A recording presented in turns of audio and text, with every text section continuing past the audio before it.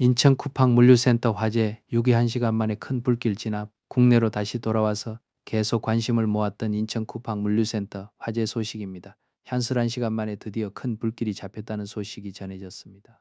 현슬 1시간이면 거의 이틀 반이 넘는 시간인데 그만큼 화재 규모가 컸다는 걸 짐작할 수 있고요.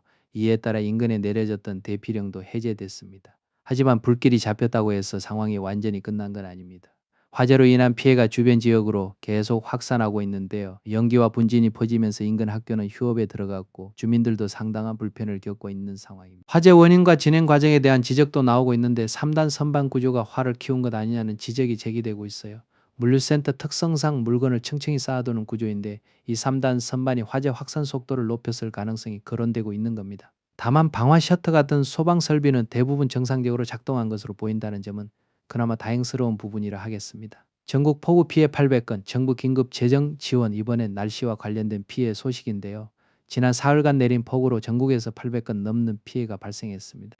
사흘 만에 800건이라는 수치는 결코 적은 규모가 아니죠. 이에 정부는 피해가 특히 컸던 경기, 강원, 경북 3개 시도에 긴급 재정을 지원하기로 했습니다. 전남 광주 어린이집 19개월 아기 사망 사건, 가슴 아픈 소식도 있습니다.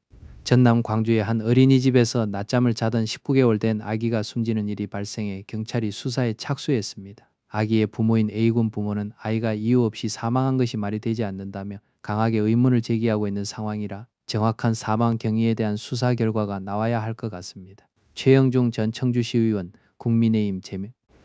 다음은 정치권 관련 또 다른 소식인데요. 아동 성매매 혐의를 받고 있는 최영중 전 청주시 의원이 국민의힘에서 제명됐습니다.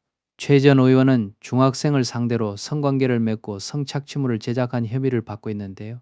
혐의 내용 자체가 매우 중대한 만큼 이번 제명 조치는 당연한 수순으로 보입니다. 배제고